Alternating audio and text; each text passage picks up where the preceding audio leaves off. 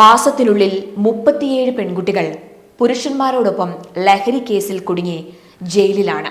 ഇവരെല്ലാം മയക്കുമരുന്ന് കഞ്ചാവ് മാഫിയയുടെ കെണിയിൽപ്പെട്ടവർ.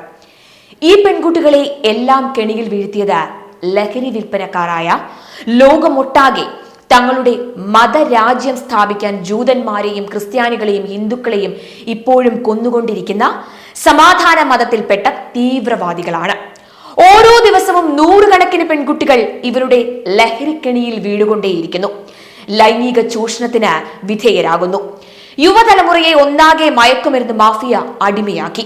കുടുംബങ്ങളിൽ സമാധാനമില്ലാതാക്കി, പ്രതീക്ഷകളില്ലാതാക്കി, നിരവധി പേരുടെ ജീവനും ജീവിതവും ഇല്ലാതാക്കിക്കൊണ്ടിരിക്കുന്നു.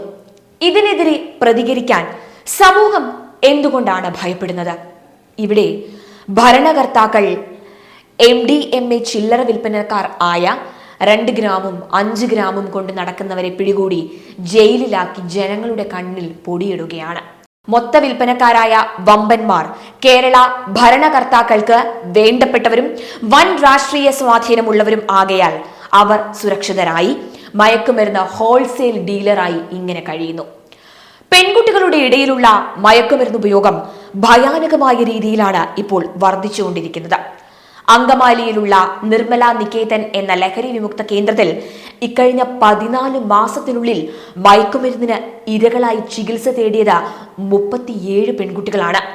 ഇതിൽ 29 പേർ ഹൈന്ദവ പെൺകുട്ടികൾ, 8 ക്രിസ്ത്യൻ പെൺകുട്ടികൾ, ഒരാൾ പോലും സമാധാന മതക്കാരി ഇല്ല.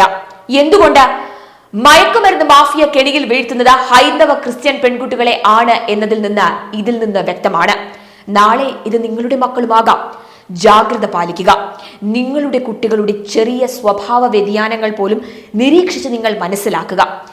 കെണിയുമൊരുക്കി ലഹരിയുമായി കഴുകന്മാർ വട്ടമിട്ട് പറക്കുന്നു. അവരുടെ അടുത്ത ഇര നമ്മുടെ മക്കൾ ആകാതിരിക്കാൻ നിങ്ങൾ ശ്രദ്ധിക്കുക.